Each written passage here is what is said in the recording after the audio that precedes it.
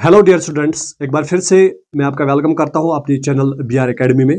जैसा कि आप जानते हैं कि इस चैनल में हम अभी जो हमारी लेक्चर सीरीज चल रही है that is about NCERT. NCERT हमारी क्लास 11th की बायोलॉजी वो हम पढ़ रहे हैं। उसको मैं लाइन बाय लाइन एक्सप्लेन कर रहा हूँ ताकि आपको इजीली वो समझ में आ जाए। इसके लिए क्या करना होगा, आपको अपनी एनसीईआरटी की बुक अपने सामने रखनी होगी और साथ साथ में आपको पॉइंट्स जो है वो अपनी नोटबुक में आपको नोट करने होंगे। और जैसा कि आपको पता है पहले भी हमने कुछ लेक्चर्स ऑलरेडी अपलोड किए हुए हैं और आज हमारा नया चैप्टर जो हम पढ़ने जा रहे हैं that is about cell cycle and cell division. तो चलिए जी, आपका ज्यादा टाइम नहीं लेंगे, अपना जो टॉपिक है वो स्टार्ट करते हैं। यहां से स्टार्ट हम करेंगे cell cycle. Are you aware that all organisms, जितने भी हमारे पास लिविंग ऑर्गेनिजम्स हैं, इवन द लार्जेस्ट, चाहे हम लार्जेस्ट की भी बात करें, सबसे बड़ा लिविंग ऑर्गेनिज्म, ठीक है, हम सब ने, इन सभी लिविंग ऑर्गेनिजम्स ने अपनी लाइफ जो है वो स्टार्ट की है एक सिंगल सेल से। आपको ये पता है, बिल्कुल हमें ये पता है कि सभी लिविंग ऑर्गेनिजम्स, चाहे वो छोटा से छोटा लिविंग ऑर्गेनिज्म क्यों ना हो या बड़े से बड़ा लिविंग ऑर्गेनिज्म क्यों ना हो, सब ने सिंगल सेल से ही अपनी शुरुआत की है। अगर हम सबसे बड़े लिविंग ऑर्गेनिज्म की बात करें, वो भी एक सिंगल सेल से बना हुआ है। You may wonder how a single cell then goes on to form such large organisms. यानी अब हमें यह देखना है कि एक छोटी सी सेल कैसे एक बड़े लिविंग ऑर्गेनिज्म को बनाती है। एक बड़े लिविंग ऑर्गेनिज्म में बहुत सारी सेल्स होती है, यानी हमें यह देखना है कि एक छोटी सी सेल से बाकी सेल्स कैसे बनते हैं। ग्रोथ और रिप्रोडक्शन जो है, these are the characteristics of cells indeed of all living organisms. यानी ग्रोथ एंड रिप्रोडक्शन जो है ये कैरेक्टरिस्टिक है सेल्स का। सेल्स की ये जो कैरेक्टरिस्टिक्स है that is growth and reproduction. ये आपको पता है लिविंग ऑर्गेनिजम्स की भी यही कैरेक्टरिस्टिक्स है। चाहे मैं अपनी बात करूं या आपकी बात करूं, आप एक लिविंग ऑर्गेनिज्म हो, आप में भी ग्रोथ है, आप भी रिप्रोड्यूस कर सकते हो। उसी तरीके से आपकी सेल्स भी ग्रो करती है, यानी उनका साइज बढ़ता है, उनके साइटोप्लाज्म का साइज बढ़ता है और उसके बाद वो रिप्रोड्यूस करती है। एक सेल से दो सेल्स बनती है। उसी तरीके से लिविंग ऑर्गेनिज्म भी एक से दो लिविंग ऑर्गेनिजम्स बनते हैं। All sales produce by dividing into two. सभी सेल्स आपको पता है एक सेल डिवाइड होके दो सेल्स बनाती है। With each parental cell giving rise to two daughter cells. हर एक पेरेंटल सेल दो डॉटर सेल्स बनाती है। यहां पर मैं आपको ये दिखाऊंगा अभी। फॉर एग्जाम्पल ये कोई सेल है, ठीक है, ये सेल आगे जाकर डिवाइड होके दो सेल्स बनाएगी। ये जो सेल है इट इज पेरेंटल सेल और ये जो नई सेल्स बन गई इनको हम डॉटर सेल्स कहेंगे, ठीक है। और जितनी भी नई सेल्स इस पेरेंटल सेल से बनती है इनको डॉटर सेल्स कहा जाता है या हम प्रोजेनी भी इन्हें कह सकते हैं,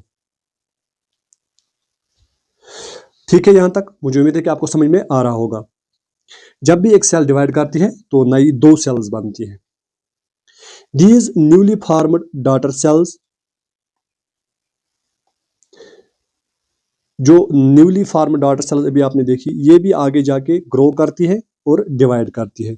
यानी ये जो सेल्स हमारे पास बन गई है, ये सेल्स भी आगे जाके डिवाइड होके दो दो सेल्स बनाएंगी और वो भी आगे जाके और सेल्स बनाती है। सो प्रोजेनी ऑफ सेल्स जो है वो बनती है।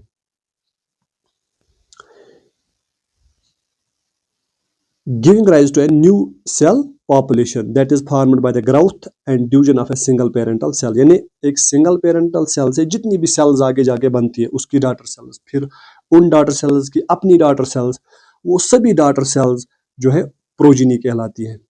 यानी यहाँ पर ये जो है ये हमारी पेरेंटल सेल है और जितनी भी आगे सेल्स बनती हैं वो इसकी प्रोजेनी है। In other words, such cycle of growth and division allow a single cell to form a structure consisting of millions of cells। यानी अब हमें ये समझ में आ गया कि ग्रोथ एंड डिवीजन से क्या होता है, एक सिंगल सेल जो है वो मिलियंस ऑफ सेल्स आगे जाके बनाती है। अगर ग्रोथ एंड डिवीजन नहीं होगी तो आगे जाके मिलियंस ऑफ सेल्स नहीं बनेगी, एक मल्टी सेलुलर ऑर्गेनिज्म नहीं बन सकता। So it is possible due to the growth and reproduction of a cell. Reproduction को हम डिवीजन भी कह सकते हैं। अब यहां पर ये लाइन आपको मैं फिर से बता दूं कि एक सेल से वो डिवाइड होकर जब दो डॉटर सेल्स बनाती है, एक साइंटिस्ट ने एक स्टेटमेंट दिया था जो कि मॉडर्न सेल थ्योरी में ऐड किया गया था। उसने यही बोला था कि प्री एग्जिस्टिंग सेल से नई सेल्स बनती है, new sales arise from pre existing cells. वो किस साइंटिस्ट ने दिया, कमेंट्स में आप जरूर लिख दो। और उसका जो स्टेटमेंट है वो भी क्या था अपनी उसकी लैंग्वेज में, वो भी आप कमेंट्स में लिख दो, ठीक है। Cell cycle, cell division is very important process in all living organisms. बिल्कुल सेल डिवीजन एक इंपॉर्टेंट प्रोसेस है लिविंग ऑर्गेनिजम्स में। During the division of the cell, जब सेल डिवाइड होती है, एक सेल से दो सेल्स बनती है, इसमें होता क्या है, डीएनए रेप्लिकेट करता है and cell growth takes place, ठीक है। यानी जब एक सेल डिवाइड होनी होती है तो उस सेल में पहले जो उसका डीएनए है वो रेप्लिकेट होता है और सेल की ग्रोथ होती है। डीएनए रेप्लिकेट का मतलब आपको पता है, फॉर एग्जांपल ये हमारी कोई सेल है, इस सेल के अंदर डीएनए प्रेजेंट है, ठीक है। ये डीएनए अपनी दो कॉपीज बनाएगा, ये डीएनए अपनी दो कॉपीज बनाएगा, तो इसको हम रेप्लिकेशन कहते हैं। जब डीएनए डबल होगा उसको रेप्लिकेशन कहते हैं। और ये जो है जो पहले पेरेंटल डीएनए था उसी जैसा होगा तो इसको हम कहते हैं रेप्लिकेशन। डीएनए रेप्लिकेशन का मतलब अपनी जैसी कॉपी बनाना, डीएनए अपनी जैसी एक दूसरी कॉपी बनाता है और सेल ग्रोथ होती है। ऑल दीज प्रोसेसेस, चाहे हम सेल डिवीजन की बात करें, डीएनए रेप्लिकेशन की बात करें, सेल ग्रोथ की बात करें, hence have to take place in a coordinated way, ठीक है। यानी इन तीनों चीजों को, जितने भी चीजें सेल साइकिल में होती है, ये एक कोऑर्डिनेटेड मैनर में होती है, सो दैट करेक्ट डिवीजन हो जाए और फिर फॉर्मेशन ऑफ प्रोजेनी सेल्स, यानी प्रोजेनी सेल्स बने कंटेनिंग इंटैक्ट जीनोम्स, और उनमें क्या होना चाहिए, जीनोम प्रेजेंट होना चाहिए, यानी डीएनए प्रेजेंट होना चाहिए। आपको पता ही है अगर करेक्ट डिवीजन नहीं होगा, आपको पता है एक सेल से दो सेल्स बनते हैं, दो सेल से चार सेल्स बनते हैं, लेकिन एक कंट्रोल्ड वे में बनते हैं। अगर अनकंट्रोल्ड वे में सेल्स बनेंगी, यानी सेल्स कंटिन्यूसली डिवाइड करते रहेंगी, तो क्या होता है, कैंसर की फॉर्मेशन होती है, ट्यूमर फॉर्मेशन होती है। सो सेल्स को तो डिवाइड करना है, लेकिन उनको एक कंट्रोल्ड वे में डिवाइड करना होता है। The sequence of events by which a cell duplicates it is genome, यानी ऐसे जो इवेंट्स हैं जिनमें एक सेल जो है वो अपनी जीनोम को डुप्लीकेट करती है, मतलब रेप्लिकेशन करती है, और synthesis the other constituents of the cell, और बाकी सेल के कॉन्स्टिट्यूएंट्स बनाती है, जैसे कि सेल ऑर्गेनेलीज, माइटोकॉन्ड्रिया और बाकी चीजें।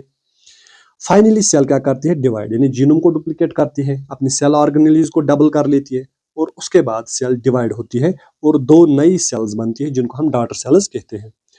और इस सभी प्रोसेस को हम सेल साइकिल कहेंगे। क्वेश्चन है कि सेल साइकिल क्या है, हम कहेंगे कि सेल साइकिल जो है it is a sequence of events, it is a sequence of events जितने भी होते हैं, जिससे क्या होता है, सेल डुप्लीकेट करती है अपने जीनोम को, और इन इवेंट्स में सेल सिंथेसिस करती है कॉन्स्टिट्यूएंट्स ऑफ द सेल, यानी सेल ऑर्गेनेलीज को, और इवेंचुअली सेल क्या होती है, डिवाइड, और दो डॉटर सेल्स बनाती है। इसको सेल साइकिल कहते हैं। यानी सेल साइकिल में एक सीक्वेंस ऑफ इवेंट्स होते हैं जिसमें सेल जो है अपने जीनोम को डुप्लीकेट करती है, अपने जो उनके ऑर्गेनेलीज है उनको डबल कर लेती है, ठीक है, और इवेंचुअली सेल डिवाइड होती है, और इस पूरे साइकिल को हम सेल साइकिल कहते हैं।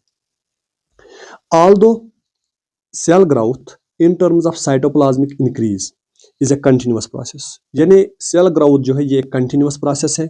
सेल ग्रोथ का मतलब होता है कि जो साइटोप्लाज्म है ये इंक्रीज करता है, साइटोप्लाज्म का जो साइज है वो इंक्रीज करता है। ये एक कंटिन्यूअस प्रोसेस है और ये कंटिन्यूअसली होता रहता है, सेल ग्रोथ कंटिन्यूअस होता रहता है।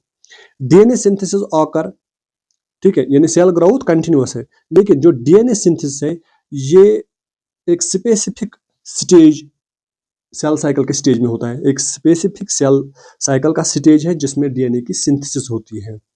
अगर हम सेल ग्रोथ की बात करें तो ये पूरे साइकिल में सेल ग्रो करती रहती है, लेकिन डीएनए सिंथेसिस सिर्फ एक स्पेसिफिक स्टेज पर होती है सेल साइकिल के। द रेप्लिकेटेड क्रोमोसोम्स, जो हमारे रेप्लिकेटेड क्रोमोसोम्स है या जिसे हम डीएनए कहेंगे, आर देन डिस्ट्रीब्यूटेड, और उसके बाद वो डिस्ट्रीब्यूट किया जाता है डॉटर सेल्स में। यानी जब 2 कॉपियां डीएनए की बनती है तो वो 2 कॉपियां 2 सेल्स में डिस्ट्रीब्यूट की जाती है by a complex series of events during cell division. These events are themselves under genetic control, यानी किस तरीके से सेल्स अपने जीनोम को रेप्लिकेट करके डिस्ट्रीब्यूट करती है अपनी डॉटर सेल्स में। ये डिस्ट्रीब्यूशन कैसे होती है, ये भी जेनेटिक कंट्रोल में होता है। अब कौन कौन से फेजेस हैं सेल साइकिल के, यहां पर आप देख सकते हो, ये हमारा एक सेल साइकिल है, यहां पर दिखाया गया है। इसमें कौन कौन से फेजेस हैं ये हम पढ़ेंगे।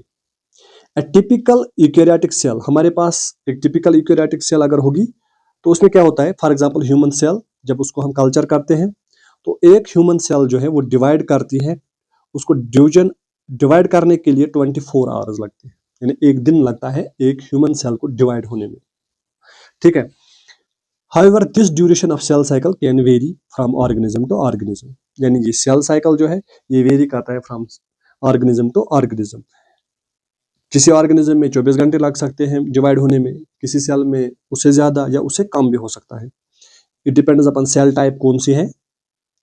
यीस्ट फॉर एग्जांपल, जो यीस्ट है, यीस्ट को 90 मिनट्स लगते हैं डिवाइड होने में, यानी सेल साइकिल में कितना टाइम लगता है, 90 मिनट्स। अब सेल साइकिल के 2 बेसिक फेजेस हैं, सेल साइकिल जो है 2 बेसिक फेजेस में डिवाइड किया गया है। Number first is interphase, number second जिसे हम एम फेज या माइटोसिस फेज कहते हैं, ठीक है। यहां पर जो आप ये येलो कलर्ड फेज देख रहे हैं इसको हम इंटरफेज कहते हैं, और जो ये फेज है black phase, this is called M phase, ठीक है। यानी ये पूरा फेज यहां से जो ब्लू कलर में यहां तक है इट इज इंटरफेज, और जो ब्लैक कलर में है it is M phase. The M phase represents the phase when the actual cell division occurs, ठीक है। एम फेज ही ऐसा फेज है जिसमें एक्चुअली सेल डिवाइड करती है, यानी पूरा जो हमारा इंटरफेज में उसमें सेल डिवाइड नहीं करती है। एक्चुअल अगर हमें देखना होगा कि सेल कब डिवाइड करती है तो वो एम फेज में करती है, जिसे हम यहां पर माइटोसिस भी कहते हैं, ठीक है। Occurs and interphase represents the phase. अब इंटरफेज में क्या होता है, ये वो फेज होता है, ठीक है, जो बिटवीन 2 सक्सेसिव एम फेजेस होता है, यानी 2 एम फेजेस के दरमियान ये फेज होता है जिसको हम इंटरफेज कहते हैं। फॉर एग्जांपल कोई सेल इन एम फेज में चली गई, यानी उसने डिवाइड कर लिया, ठीक है, फिर एस फेज आ जाता है, और फिर एस फेज के बाद फिर से एम फेज आता है, तो 2 सक्सेसिव एम फेजेस के दरमियान एक एस फेज इंटरफेज आ जाता है, ठीक है। It is significant to note that in the 24 hours, अगर हम 24 घंटे की बात करें, ठीक है, किस फेज में कितने टाइम के लिए सेल रहती है। Cell division proper lasts for only about an hour, cell को डिवाइड होने में सिर्फ कुछ घंटे ही लगते हैं, यानी एम फेज में कुछ घंटे ही लगते हैं। The interphase lasts more than 95% of the duration of the cell cycle. अभी हमने बोला 24 आवर्स, 24 आवर्स में 95% सेल जो है टाइम खर्च करती है इंटरफेज में, और 5% टाइम खर्च करती है एम फेज में। हम ये कह सकते हैं कि एस फेज में बहुत ज्यादा टाइम लगता है और एम फेज में कम टाइम लगता है, ठीक है। और फिर यहां पर आप देख सकते हो there are different phases of interphase. Number 1 G1 phase, number 2 S phase और G2 फेज। ये तीनों फेजेस जो है ये इंटरफेज के सब फेजेस है, ठीक है। और फिर एम फेज आता है। एम फेज में आप देख सकते हो पहले प्रोफेज होता है, फिर मेटाफेज, एनाफेज, टीलोफेज, और टीलोफेज के बाद साइटोकाइनेसिस होती है, जो आगे जाके हम पढ़ेंगे कि ये फेजेस क्या होते हैं। The M phase starts with the nuclear division, यानी जब एम फेज आता है तो एम फेज में क्या होता है, न्यूक्लियर जो है न्यूक्लियस की डिवीजन होती है, न्यूक्लियर डिवाइड होने लगता है एम फेज में। फॉर एग्जाम्पल ये हमारी कोई सेल है, ये हमारी सेल है। अब इस सेल में क्या होता है, न्यूक्लियस होता है। जब एम फेज पहुंच जाता है, सेल एम फेज में चली जाती है, तो उसमें क्या होता है, ये जो अंदर का न्यूक्लियस है ये भी डिवाइड होने लगता है, ये भी डिवाइड होने लगता है, और इवेंचुअली 2 नई सेल्स बनती है जिनमें अपना अपना न्यूक्लियस होता है, ठीक है। जब न्यूक्लियस डिवाइड करता है तो न्यूक्लियस के डिवाइड होने को हम कैरियोकाइनेसिस कहते हैं, न्यूक्लियस जब डिवाइड करता है तो इसको हम कैरियोकाइनेसिस कहते हैं। और इसी में सेपरेशन ऑफ डॉटर क्रोमोसोम्स भी होती है। कैरियोकाइनेसिस में क्या होती है, डॉटर क्रोमोसोम्स की सेपरेशन। इस तरीके से यहां पर मैं दिखाऊंगा। फॉर एग्जांपल ये कोई पेरेंटल सेल है, इस पेरेंटल सेल के न्यूक्लियस में क्रोमोसोम प्रेजेंट था, ठीक है। जब सेल एस फेज में होती है तो क्रोमोसोम की रेप्लिकेशन होती है, डीएनए रेप्लिकेशन होती है। और डीएनए रेप्लिकेशन का मतलब है कि इस क्रोमोसोम की 2 कॉपीज बनती है, ठीक है। और जब ये आपको पता है किस में होता है, ये प्रेजेंट होता है न्यूक्लियस। और जब सेल को डिवाइड करना होता है तो सेल डिवाइड होती है, ठीक है। और ईच सेल में क्या होता है, ईच सेल में इसी क्रोमोसोम की एक एक कॉपी आ जाती है, इस क्रोमोसोम की एक एक कॉपी आ जाती है। तो ये कब होता है, क्रोमोसोम्स की सिस्टर क्रोमो या हम क्रोमोसोम्स की सेपरेशन कब होती है, ये होती है कैरियोकाइनेसिस में। और उसके बाद यानी पहले क्या होता है, पहले कैरियोकाइनेसिस होती है और उसके बाद साइटोप्लाज्म जो है वो डिवाइड होता है। यहां पर आपने देखा पहले कैरियोकाइनेसिस हुई, उसके बाद जो है साइटोप्लाज्म डिवाइड हुआ। पहले न्यूक्लियस डिवाइड हुआ था, ये जो पहले न्यूक्लियस था वो डिवाइड हुआ, उसके बाद कैरियोकाइनेसिस ये साइटोकाइनेसिस होने लगी, यानी साइटोप्लाज्म डिवाइड होता है और इवेंचुअली 2 नई सेल्स बनती हैं। And usually ends with the division of cytoplasm, यानी पहले न्यूक्लियर डिवीजन होता है, न्यूक्लियर डिवीजन जब कंप्लीट होता है उसके बाद साइटोप्लाज्मिक डिवीजन होता है जिसको हम साइटोकाइनेसिस कहते हैं। द इंटरफेज, जो इंटरफेज होता है, दो कॉल्ड द रेस्टिंग फेज, इसको रेस्टिंग फेज कहते हैं, लेकिन ये रेस्टिंग फेज नहीं होता है। It is the time during which the cell is preparing for division, यानी ये ऐसा टाइम होता है जब सेल डिवीजन के लिए प्रिपेयर करती है अपने आप को। किस तरीके से, पहले इसको पता है कि मुझे कौन कौन सी चीजें आगे जरूरत है जब मैं डिवाइड करूंगी। इसको डीएनए को रेप्लिकेट करना है तो वो भी इसी एस फेज में हो जाता है। इसको बाकी ऑर्गेनेलीज को डबल करना होता है तो वो भी एस फेज में ही होता है। उसके बाद बहुत सारे प्रोटीन्स भी जरूरी इसको जरूरत पड़ते हैं आगे, तो वो भी इसी में बनते हैं। By undergoing both cell growth, इस एस फेज में सेल ग्रोथ भी, इस इंटरफेज में सेल ग्रोथ भी होती है और डीएनए की रेप्लिकेशन भी होती है, ठीक है, in an orderly manner. The interphase is further divided into phases. कौन कौन से फेजेस, G1 फेजेस, जी का मतलब होता है गैप 1, एस फेज जिसको हम सिंथेटिक फेज या सिंथेसिस भी कहते हैं, और G2 फेज। अब इन फेजेस में क्या होता है ये पढ़ेंगे। G1 phase corresponds to the interval between mitosis and initiation of DNA replication. G1 phase ऐसा फेज होता है, यहां पर आप देख सकते हो G1 फेज एक ऐसा फेज है जो कि माइटोसिस और डीएनए रेप्लिकेशन फेज यानी एस फेज के दरमियान होता है। G1 फेज, एम फेज और एस फेज। एस फेज में क्या होता है, एस फेज में सेल की जो डीएनए होता है वो रेप्लिकेट करता है, और एम फेज में क्या होता है, सेल डिवाइड करती है। सेल डिवाइडिंग फेज और डीएनए रेप्लिकेटिंग फेज, इन दोनों के दरमियान एक फेज आता है जिसको हम G1 फेज कहते हैं। ड्यूरिंग G1 फेज, अब ड्यूरिंग G1 फेज में क्या होता है, the cell is metabolically active. Cell metabolically active होती है, यानी मेटाबॉलिज्म चलता रहता है, जितनी भी रिएक्शन सेल के अंदर है वो होती रहती है। And continuously grow, cell continuously grow करती रहती है, लेकिन डीएनए की रेप्लिकेशन G1 फेज में नहीं होती है, ठीक है। उसके बाद आ जाता है एस फेज जिसे हम सिंथेसिस फेज कहते हैं। इसमें क्या होता है, it marks the period during the DNA synthesis और रेप्लिकेशन टेक्स प्लेस, यानी ये वो पीरियड होता है एस फेज जिसमें डीएनए की रेप्लिकेशन होती है, डीएनए की दूसरी कॉपी बनती है। During this time the amount of DNA पर सेल डबल्स, यानी इस एस फेज में क्या होता है, सेल का जो डीएनए होता है वो डबल हो जाता है, ठीक है।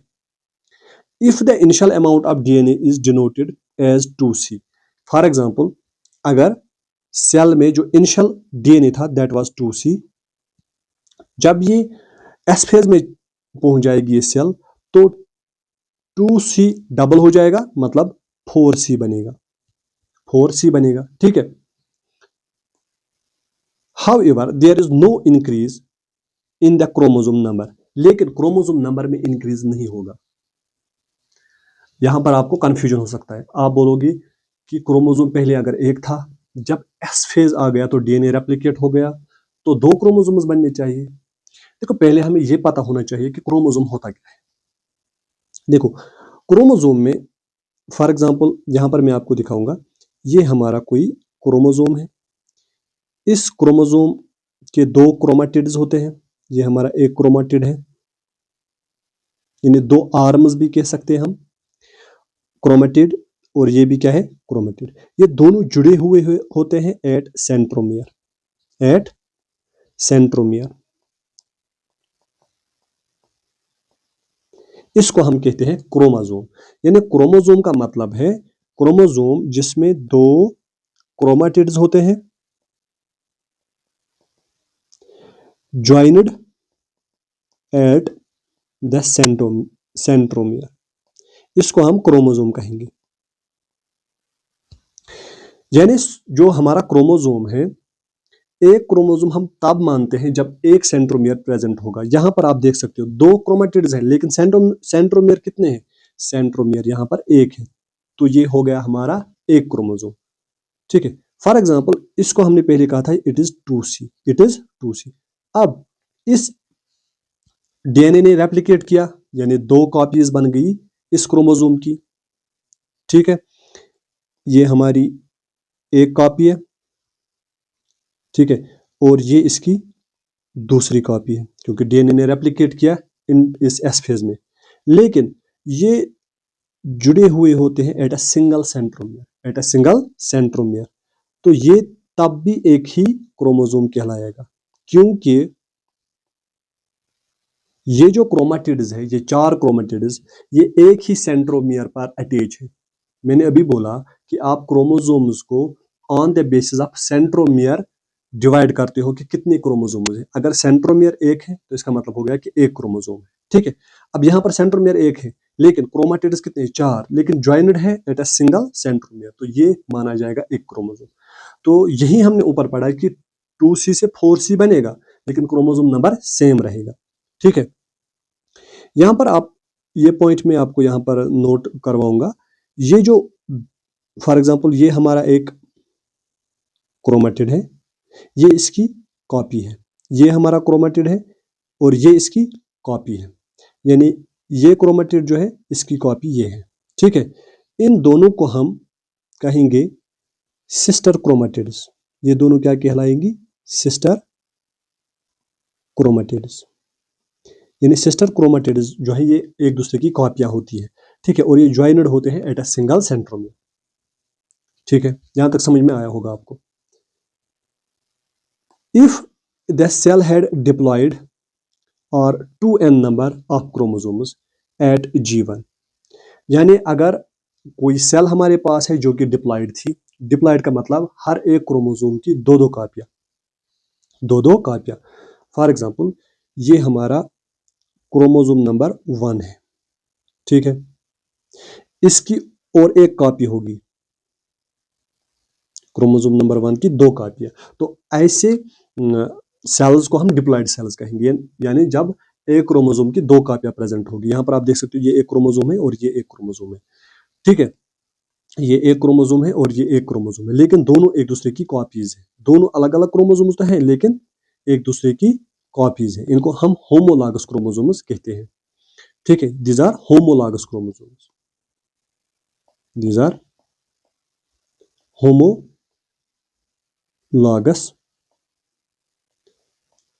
क्रोमोसोम। इसका मतलब क्या होता है, इसका मतलब होता है कि these are the copies of each other, same number of genes और same type of genes present होते हैं इनमें, तो इनको होमोलॉगस क्रोमोसोम कहेंगे। तो फॉर एग्जांपल ये हमारी कोई सेल है और इस सेल में ये प्रेजेंट है, तो इस सेल को हम डिप्लॉयड सेल कहेंगे, क्योंकि हर एक क्रोमोसोम की 2-2 कॉपियां हैं। यहाँ पर हमने क्रोमोसोम नंबर 1 लिया और इसकी 2 कॉपीज, इसी तरीके से क्रोमोसोम नंबर 2 उसकी 2 कॉपी। इफ द सेल है डिप्लॉयड नंबर, अगर सेल के पास डिप्लॉयड क्रोमोसोम्स थे यानी 2n, इसको हम 2n भी कहते हैं, 2 2n, हर एक क्रोमोसोम की 2 कापियां of chromosome eight G1 phase में 2n था। Even the cell, even after the cell, आपसे क्वेश्चन है कि कितने क्रोमोसोम्स होंगे। सेल जब एस फेज में आ जाएगी तो क्रोमोसोम जो है वो रेप्लिकेट करेंगे, क्रोमोसोम रेप्लिकेट करेंगे, ठीक है, लेकिन फिर भी नंबर 2n ही रहेगा। आप बोलोगे कैसे? देखो, ये सेल जो है, ये हमारी सेल है, ये किस फेज में थी? ये सेल अभी G1 फेज में थी और ये डिप्लॉयड सेल है, हर एक क्रोमोसोम की 2 कॉपीज है। अब ये सेल एस फेज में चली गई और इसने अपना डीएनए रेप्लिकेट कर लिया। और अभी मैंने बोला जब ये रेप्लिकेट करेगी तो जो रेप्लिकेटेड डीएनए है वो तो अटैच्ड रहेगा, वो अटैच्ड रहेगा ना यहाँ पर, तो ये इसको हम सिंगल ही क्रोमोसोम मानेंगे क्योंकि एक ही सेंट्रोमियर में पे ये अटैच्ड है। इसी तरीके से यहाँ पर भी आप देखोगे ये भी क्रोमोसोम है और इसने भी रेप्लिकेट किया अपना डीएनए, और ये जो नए सिस्टर क्रोमेटिड्स हैं ये भी अटैच्ड है टू द सिंगल सेंट्रोमियर, तो क्रोमोसोम नंबर सेम रहेगा, 2n था 2n ही रहेगा after S phase. In animal cells during the S phase, animal cells में जब एस फेज होता है, DNA replication begins in the nucleus. DNA replication कहां पर होती है? न्यूक्लियस में, क्योंकि जीनोमिक डीएनए वहीं पर प्रेजेंट होता है। And the centriole duplicates in the cytoplasm. यहां पर अगर जगह होगी तो मैं आपको दिखाऊंगा। फॉर एग्जांपल, ये हमारी कोई सेल है, एनिमल सेल। इस एनिमल सेल के अंदर ये न्यूक्लियस है और न्यूक्लियस के अंदर फॉर एग्जांपल ये आप मान लीजिए ये क्रोमोसोम्स है, तो ये तो अंदर रेप्लिकेट करेंगे एस फेज में, ठीक है, ये अंदर क्या करेंगे? रेप्लिकेट। और इसी टाइम इस एनिमल सेल में क्या होता है? सेंट्रियोल्स जो है वो भी डिवाइड करने लगते हैं। यहां पर सेंट्रियोल्स प्रेजेंट है, ठीक है, for example these are centrioles, ये भी डिवाइड करने लगते हैं, ये भी अपनी 2 कॉपीज बनाते हैं, सेंट्रियोल्स, ठीक है। बेसिकली सेंट्रियोल्स जो है सेल डिवीजन में हेल्प करते हैं, क्रोमोसोम सेपरेशन में, क्रोमोसोम सेपरेशन में ये हेल्प करते हैं। और ये कहां पर प्रेजेंट होते हैं? सेंट्रियोल्स, सेंट्रियोल्स प्रेजेंट होते हैं साइटोप्लाज्म में, ठीक है। तो यही बात यहां पर कह रहा है कि and the centriole duplicate, centriole duplicate होता है एस फेज में, डीएनए रेप्लिकेट करता है अंदर न्यूक्लियस में, और उसी टाइम एस फेज के, जब एस फेज चलता है तो उसी टाइम सेंट्रियोल्स भी डुप्लीकेट करते हैं साइटोप्लाज्म में। कहां पर? एनिमल सेल में। ड्यूरिंग द G2 फेज, अब जब एस फेज कंप्लीट होता है अब G2 फेज आ जाता है। G2 फेज में क्या होता है? प्रोटीन्स आर सिंथेसाइज्ड, प्रोटीन्स को सिंथेसाइज किया जाता है इन प्रेपरेशन फॉर माइटोसिस, क्योंकि वो जरूरत हमें पड़ते हैं कब? माइटोसिस में। वाइल सेल ग्रोथ कंटिन्यूस, और सेल ग्रोथ कंटिन्यूस है, चाहे वो G1 फेज की बात करें आप या G2 फेज की बात करें।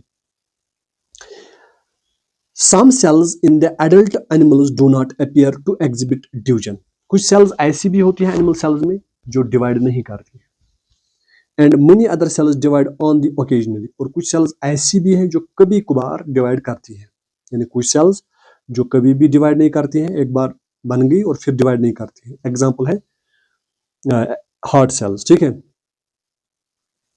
और कुछ सेल्स कभी कभी डिवाइड करती है, कंटिन्यूसली नहीं लेकिन कभी कभी डिवाइड करती है। एज नीडेड, जब जरूरत पड़ती है, to replace the cell that have been lost, क्योंकि सेल जब कोई लॉस हो जाती है तो उसको रिप्लेस करने के लिए वो सेल्स डिवाइड करती है, ठीक है। अब सेल लॉस तो या तो इंजरी से होगा या सेल डेथ से होगा। सेल इंजरी और सेल डेथ ये 2 अलग अलग बातें हैं, ठीक है। सेल इंजरी मतलब कभी एक्सीडेंटल आपको जख्म लग गया, उसको हम सेल इंजरी या नेक्रोसिस भी कहते हैं, ये पॉइंट आप याद रखेंगे।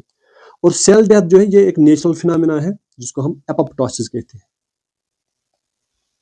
ये नेचुरल फिनोमेना होता है। सेल को एक लिमिटेड टाइम पीरियड होता है, फिर उसके बाद वो सेल खुद ब खुद उसकी डेथ हो जाती है, that is called apoptosis. Apoptosis जो है इसको एक और नाम से जाना जाता है, इसको हम प्रोग्राम्ड सेल डेथ भी कहते हैं, यानी सेल का एक लिमिट होता है, एक लाइफ होती है, उसके बाद सेल डेथ होती है। तो जब सेल डेथ होगी तो नई सेल तो बननी चाहिए ना, तो उस टाइम सेल डिवाइड करती है। या अगर इंजरी हो गई, अभी सेल की डेथ नहीं होनी थी लेकिन इंजरी होगी, सेल डेथ हो गई, तो उस टाइम भी हमें क्या सेल्स की जरूरत पड़ती है, नई सेल्स बनानी पड़ती है। तो ऐसे टिश्यूज ओकेजनली जो है उनमें सेल्स डिवाइड करती है। ठीक है, अब ये सेल्स जो है जो कभी कभार डिवाइड करती है या कभी डिवाइड ही नहीं करती है, ये फेज में चली जाती है। ठीक है, the cells do not divide further exit G1 phase, ये G1 फेज को एग्जिट करती है और एक इनएक्टिव स्टेट में चली जाती है, एक इनएक्टिव स्टेट में ये चली जाती है, यानी अब ये डिवाइड नहीं करती। उस स्टेट को हम क्विसेंट स्टेज कहते हैं या G0 फेज कहते हैं। देखो यहाँ पर मैं आपको दिखाऊंगा हमने क्या क्या पढ़ा। ये हमने एक सेल साइकिल बनाया, ठीक है। अब इस सेल साइकिल में दो फेजेस आपने पढ़े, ठीक है। एक फेज जो है इसको हमने नाम दिया एम फेज, ये हमारा एम फेज है,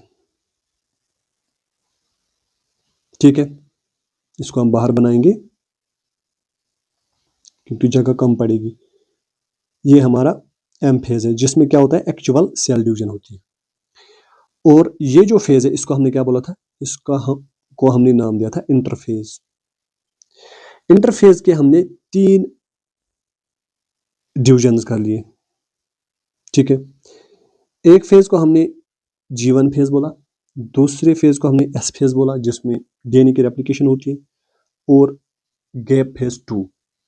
अब कुछ सेल्स क्या करती है, ये डिवाइड नहीं होती है, वो एक क्विसेंट स्टेज में चली जाती है। वो G1 फेज को, ये जो हमारा G1 फेज है इसको क्विट करती है, ठीक है। यानी अब वो सेल साइकिल से क्विट करती है। जब वो क्विट करती है तो उस फेज को हमने नाम दिया है G0 फेज। तो वो सेल्स कहाँ चली जाती है, G0 फेज में। अब वो डिवाइड नहीं करते, इसको हम डिफरेंशिएटेड स्टेज भी कहते हैं या डिफरेंशियल स्टेज। आपकी किताब में नहीं लिखा होगा, इसको हम डिफरेंशियल स्टेज भी कहते हैं या डिफरेंशियल फेज भी कहते हैं, G0 फेज। जब कोई सेल G0 फेज में होती है आपको ये समझना है कि ये इनएक्टिव है, ये डिवाइड नहीं कर रही है, ये इनएक्टिव स्टेज होता है। Inactive state, cell inactive state में। फॉर एग्जांपल आपकी नर्व की न्यूरोनल सेल्स वो भी G0 फेज में है, आपके हार्ट की सेल्स वो भी G0 फेज में है। लेकिन कुछ सेल्स G0 फेज को कभी कभार छोड़ती है, जैसे कि अभी हमने पढ़ा ओकेजनली वो छोड़ते हैं क्योंकि सेल्स को रिप्लेस करना पड़ता है, तो वो G1 फेज में आ जाते हैं और सेल साइकिल कंटिन्यूस करता है। लेकिन कुछ सेल्स सिर्फ इसी G0 फेज में रहती है, इसको क्विसेंट स्टेज कहा जाता है। Cells in this stage remain metabolically active. अब G0 फेज में तो सेल आ गई लेकिन मेटाबॉलिकली वो एक्टिव होती है, उसमें रिएक्शंस होती है, उसमें जितना भी मेटाबॉलिज्म होना होता है वो होता है। लेकिन एक चीज नहीं होती है कि सेल्स प्रोलिफरेट नहीं करती है, सेल्स डिवाइड नहीं करती है, उनका DNA रेप्लिकेट नहीं करता है। यानी G0 फेज में सेल तो मेटाबॉलिकली एक्टिव है, वो तो अपना काम करती है, लेकिन सेल्स डिवाइड नहीं होंगी। वो सेल्स जो G0 फेज में वो डिवाइड नहीं होंगी, वो सेल साइकिल में नहीं जाएगी, मेटाबॉलिज्म वो करेगी लेकिन सेल साइकिल में नहीं जाएंगी, वो नया DNA नहीं बनाएंगी, वो नए सेल्स नहीं बनाएंगी, ठीक है।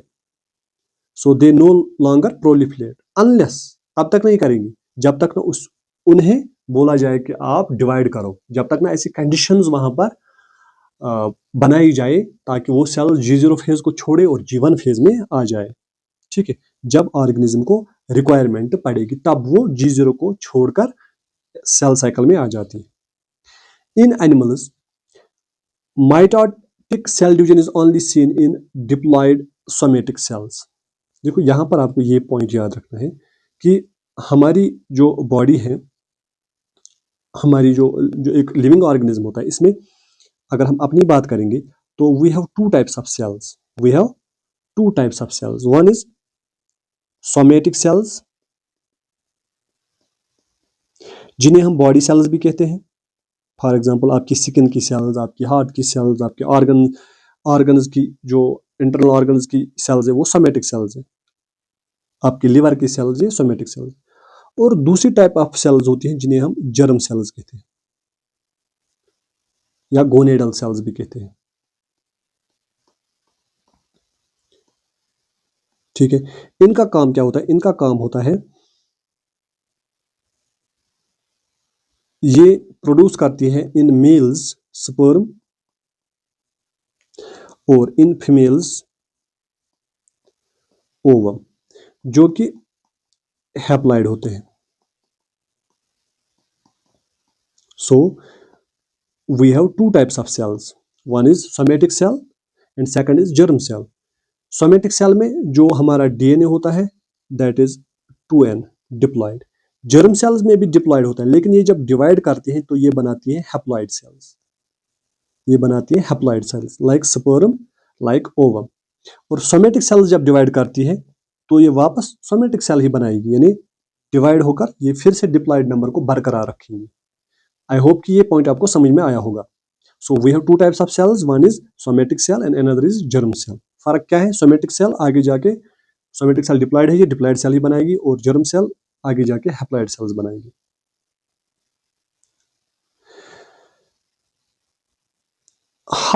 अब ये समझ में आ गया कि डिप्लॉइड जो हमारी सोमेटिक सेल्स हैं उनमें माइटोटिक सेल डिवीजन होता है। माइटोटिक सेल डिवीजन आगे पढ़ेंगे कि वो क्या होता है। However there are few exceptions, कुछ एक्सेप्शंस हैं।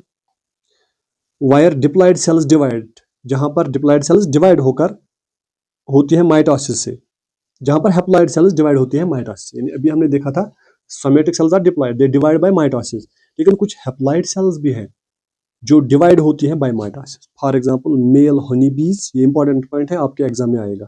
मेल हनी बीज की हैप्लॉइड सेल्स डिवाइड होती है by mitosis.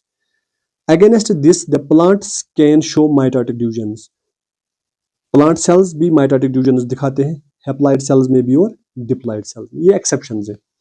From your recollection of examples, जहां पर आपने अल्टरनेशन ऑफ जनरेशंस पढ़ा था इन प्लांट्स, गैमेटोफाइट और स्पोरोफाइट, ठीक है, वो आप फिर से पढ़ेंगे। वहां पर मैंने ये एक्सप्लेन किया हुआ है। Identify plant species and stages eight which mitosis seen in haploid cells, यानी आपको वहां पर स्पीशीज और स्टेजेस देखने हैं प्लांट्स के जहां पर माइटोसिस होती है हैप्लॉइड सेल्स में। आई होप कि यहां तक आपको समझ में आया होगा। ठीक है, तो यहां से हम एम फेज जो है हमारा है, इसको हम नेक्स्ट लेक्चर में पढ़ेंगे, ताकि ज्यादा आप बोर ना हो जाए। ठीक है, क्योंकि अगर हम इसको छोटे छोटे फ्रेगमेंट्स में तोड़े इस चैप्टर को, तो आपको पूरा समझ में आना चाहिए और ज्यादा से ज्यादा एग्जाम्पल्स मैं आपको दे सकूं, ताकि आप ज्यादा से ज्यादा अंडरस्टैंड कर पाए। आई होप कि ये लेक्चर सीरीज आपको पसंद आ रही है, और ये जो पर्टिकुलर चैप्टर है अभी जो हमने स्टार्ट किया, ये भी आपको पसंद आएगा। कमेंट्स में आप जरूर लिख दो कि आपको लेक्चर्स कैसे लग रहे हैं, और कहीं पर अगर आपको डाउट रहता है तो कमेंट्स में आप लिख दो कि आपको कहाँ पर डाउट रह रहा है, तो मैं उसको क्लियर करने की कोशिश करूंगा। और आपसे एक रिक्वेस्ट मेरी रहेगी कि हमारी जो ये BR एकेडमी चैनल है, ये आप शेयर कीजिए, अपने दोस्तों तक भी पहुंचाइए, ताकि उनको भी हेल्प हो सके। मेरा यही मोटिव है कि आपको फ्रीली मैं यहाँ पर जो है ये लेक्चर्स दे दूं, ताकि आपको पैसे खर्च करने की जरूरत ना पड़े। और मेरा यही इरादा है कि आपको क्लियरली ये अंडरस्टैंड कर पाऊँ कि आपके एनसीईआरटी पे क्या लिखा हुआ है। अपने दोस्तों तक पहुंचाइए, उनको भी फायदा हो जाए। ठीक है, और नोटिफिकेशन आइकन जो है उसको प्रेस कीजिए, ताकि आपको वक्त वक्त पर आपको ये मिलती रहे इसकी नोटिफिकेशन। Thank you.